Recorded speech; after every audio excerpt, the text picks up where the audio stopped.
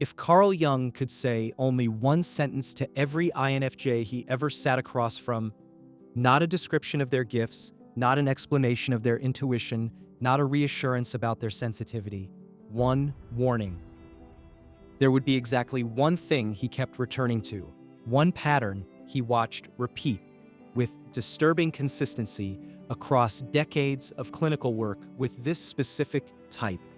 And it was not about being hurt by others. It was about something the INFJ does quietly to themselves. This is not a video about narcissists or energy vampires or the people who take advantage of the INFJ's empathy. That content already exists. You've likely seen a version of it a dozen times. Jung's warning was different, more uncomfortable, more personal.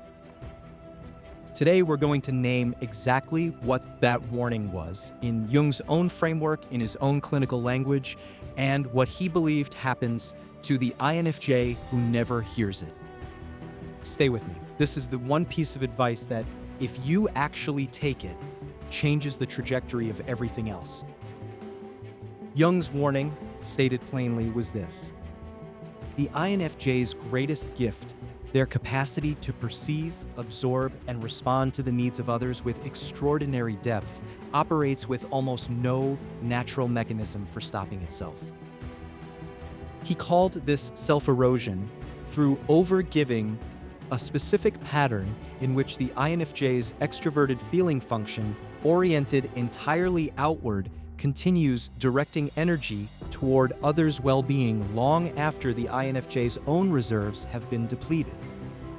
Most people, when they give too much, eventually feel a natural friction, fatigue, resentment, irritation, that signals it's time to pull back.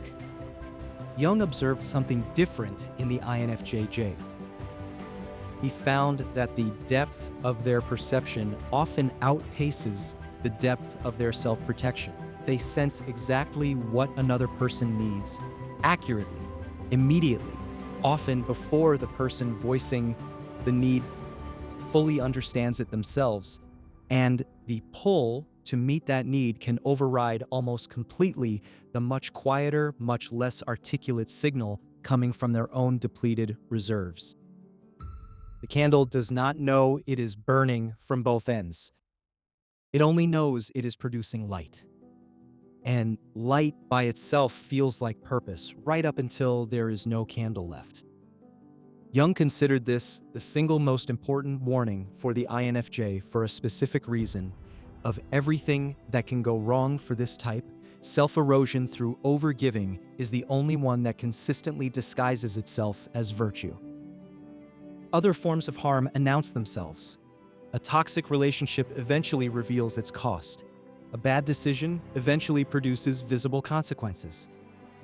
But overgiving looks from every angle like goodness, like generosity, like exactly the kind of person an INFJ believes they should be.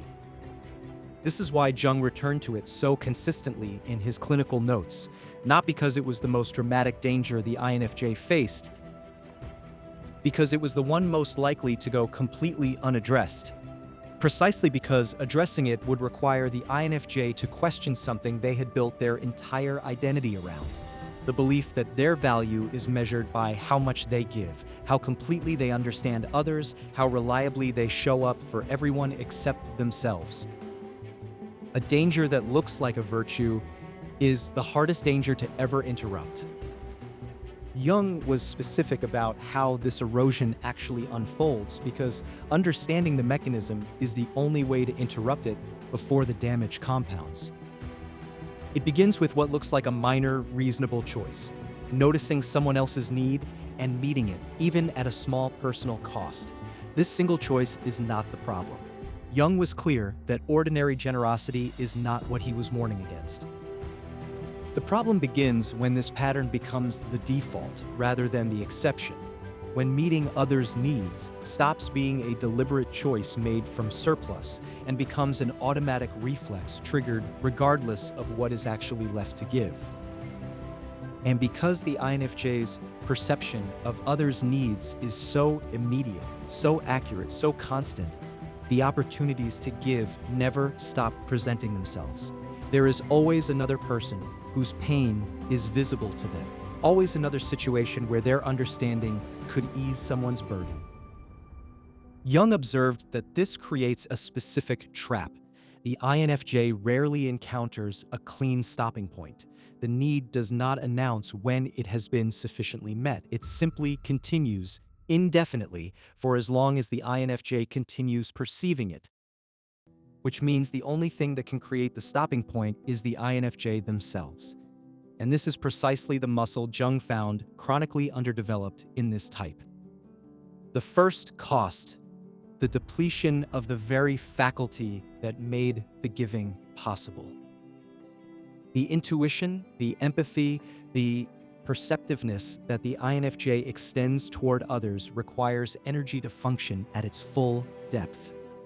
Jung observed that chronic depletion does not simply make the INFJ tired, it begins to degrade the quality of the perception itself.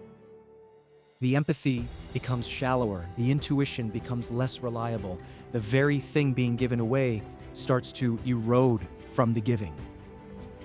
The second cost: an accumulating resentment the INFJ often cannot locate or name.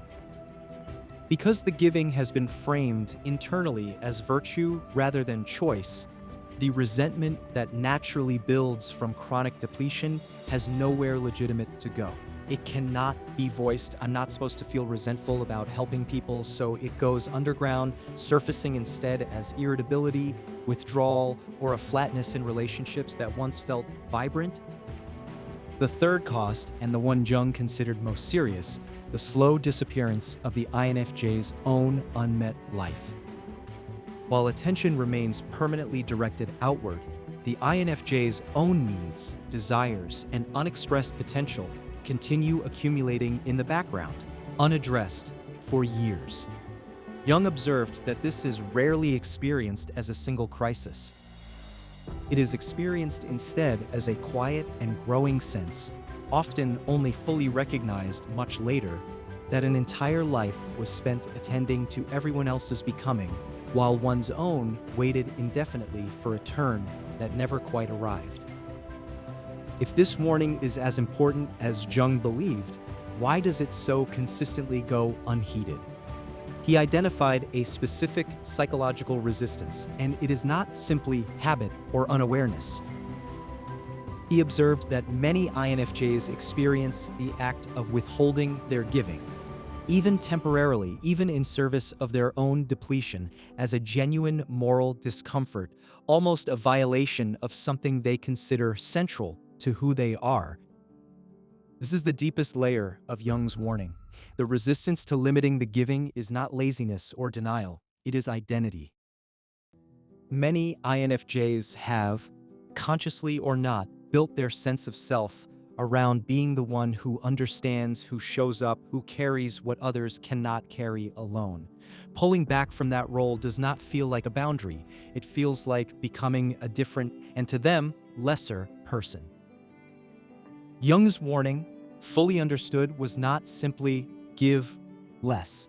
It was examine whether your identity has fused with your depletion, and ask whether that fusion was ever something you consciously chose or something that simply accumulated, unexamined, over years of never being told it was optional.